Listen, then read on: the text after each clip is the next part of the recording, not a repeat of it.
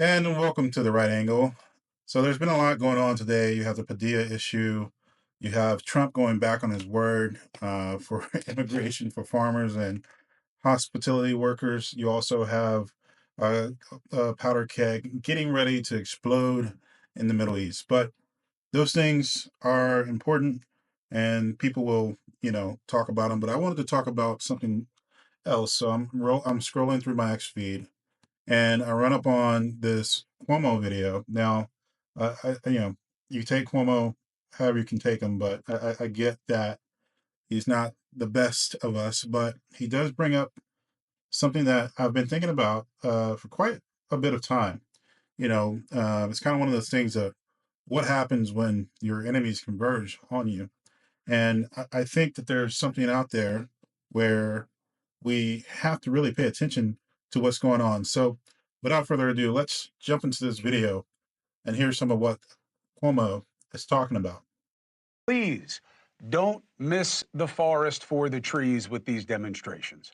We have bigger issues than the political and legal battles that are playing out about ICE or deploying troops. They matter, but not as much as what I want to talk to you about. We have bigger problems at play on streets all over our country. Dozens of protests have erupted throughout the country. You know that, right? We're focused on LA, but they're all over the place. And they are all related, and we're not talking about it. So we're doing the work here at News Nation to connect the dots. And I have a lawmaker on tonight that's starting the same drive in Congress. And I'm telling you, these protests are not really just about ICE. They are a coordinated effort to recruit as many people and different types of groups that may have different ideas, but they all share a common goal: destroying the West, democracy, our country. Very important setup for him here. I wanted to stop it right there. It's this convergence of enemies that we have that I was talking about, and the impossibility of working with people that want your country destroyed is of the highest order. So I want you to pay attention to what he's saying and think about it in the realm of politics and why we have people on the left side of the aisle who are working so hard against us. This is the fundamentalist threat playing out. We're just not calling it that because we're not seeing it like that because we're so caught in this right versus left BS. The latest salvo after the embassy shootings, the IVF clinic, the healthcare CEO murder, the campus chaos, now it's these. It's all part of a growing fundamentalism that is the biggest threat to all of us. You got neo-nationalists in the same place as far-left radical anarchists and extreme Islamists. This is not organic. It's not just protest. It's not one community coming together to fight oppressive tactics. It's not really about ICE, I'm telling you.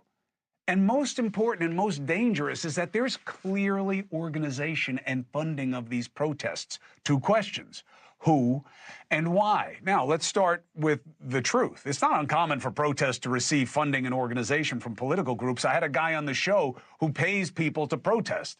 I mean, that's a thing, okay, but not these. These protests are fed by dark sources with a desire for our destruction. One of the main players in organizing and funding the Los Angeles protests is a group called CHIRLA, okay? CHIRLA, acronym, Coalition for Humane Immigration Rights, Immigrants' Rights, whatever. Dig a little, and that starts to look like a misnomer. They have received millions in government grants and state grants, but now reports are showing that there may be a foreign link, specifically from China, funding and organizing these protests. So there's a wonderful analysis from the Data Republican on X. If you don't follow the Data Republican, then you're not getting all the information and news that you need to know about what's happening in your country. And we talk a lot about what things feel like, what things seem like, and what I do want you guys to notice is the way that things are orchestrated in such a way that it's just not coincidental that they can be popped up so fast. You have the No Kings protest happening all around the country, like 100 cities. that is not something that's easy to do. The coordination takes a lot of time, and the strategizing around that is going to be in the weeks, if not months, of planning. So we have to understand what these forces are, and we have to understand what they're doing. Let's listen to some more. Where in China? Who in China? The pro Chinese far left Party for Socialism and Liberation. They're known as the PSL. They are working with Chirla, helping fund the protests in Los Angeles and maybe elsewhere. Remember, all the parties in China are controlled by the CCP. So this is China. And the party is pushing to destroy capitalism and the West. This is its agenda. This is what China wants. They even have a term for the effort. It's called the smokeless war, where they have this theory of how they'll destroy the West without actually taking to the battlefield. That's what they did during the anti-Israel campus protests. The PSL worked hand in glove with anti-Zionist student groups and helped organize and fund the Columbia campus encampments. Now it gets scarier. Where does the PSL get its money? Enter Shanghai-based socialist billionaire Neville Singham. 2017, he sold his tech company for about $1 billion. Reports show the same year he started funding far-left groups like the PSL to the tune of millions. Singham is not America's friend. He has deep business ties to the CCP, but also has strong ideological ties to communism, period. People who worked for him says he's an admirer of Mao, Che Guevara, Hugo Chavez, not friends of American culture. According to the New York Times, Singham has funded and developed a deep global empire of pro-China nonprofits in the media and grassroots political space, steering millions into these groups over the years, including the PSL. And guess who was associated with the PSL and other Singham-funded groups? Elias Rodriguez. Ring a bell? This scumbag, the 30-year-old Chicago man who murdered 2 Israeli staffers in cold blood last month to make a political point. Remember, he just waited to be taken in. That is fundamentalism. Now, is this Chinese sabotage part of the negotiations with China and the president and the administration?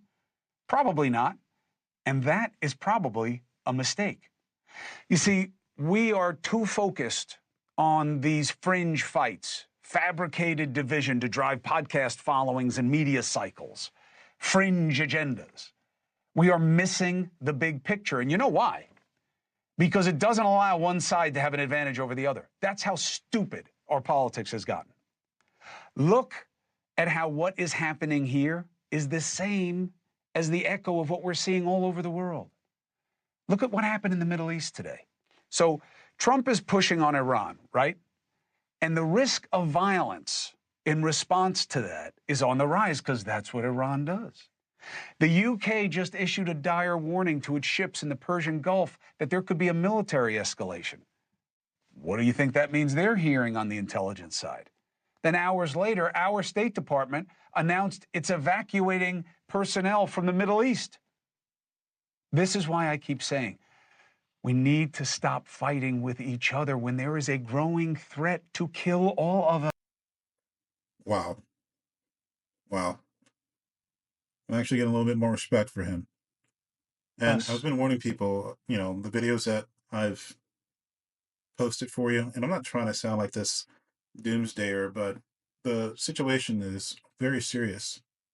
The riots that we see going on through the streets, whether they're labeled anti-ICE or anti-cop or whatever, it's not really what they seem.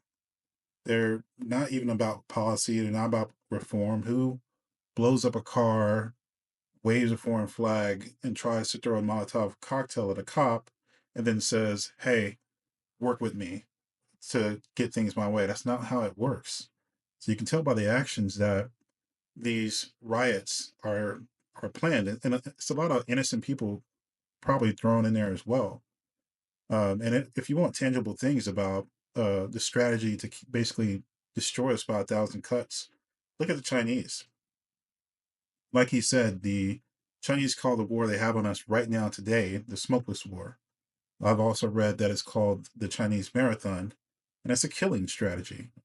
It's a strategy to defeat us without ever firing a shot because they cannot beat us in a fair, straight up fight. That's the truth. This isn't just about theory, it's a playbook. If you want to look for tangible sort of things that have happened, look at the fentanyl crisis. Fentanyl comes from Chinese makers and their criminal underground, which is still controlled by the CCP. They control everything there, and it's shipped over to the cartels who have a business interest. Obviously, they're getting billions from us. That gives it to the mules to get it into our system. And what's the point of that? Well, if you want to understand what's happening and why, you just look at the resulting action. Thousands upon thousands of Americans have been killed. I know someone who's OD'd on that stuff. I'm sure you do too. It's a strategy to kill our young slowly, quickly, and without firing a shot. And other voices have echoed the same things, like those tied to the World Economic Forum. Here's another convergence, right? Whispering things about the Great Reset, something that benefits from a weakened America. Chris is no MAGA diehard, but he is a proud American, and he's laying it out there for people to see. He's seeing what's at stake and what we should do. We can't let these shadow forces just exploit our differences, right? Yes, it's tough when the other half, the left seems to be cheering for our downfall. Half of them are aligned to those forces that are converging. But we do have some good ones over there. Chris is one of them. And our survival demands that we find common ground. I mean, when you look at what's happened within our political sphere, you've had something happen recently that hasn't happened in American politics in 100 years. You saw the MAGA and MAHA alignment. Diehard MAGA conservatives and libertarians within the right, but also classic liberal leftists, or I guess liberals, not leftists, like, Robert F. Kennedy. So, those are the things that we have to pay attention to. Because again, this is about survival. It's about our survival of us, our kids, our nation. Every riot, every slogan, every wedge driven between us is a step towards their victory. So we got to wake up. You got to talk to your neighbor, even the one with the opposite sign in their yard. You got to reject the chaos they're scripting for us. Because if we don't stand together now, we'll fall apart forever. Obviously, America is not perfect, but it's ours. It's our land. It's our home. And I'll be damned if we let it go without a fight. Well, anyway, that's been all for The Right Angle. Hope you learned something today. And we'll see you on the next one.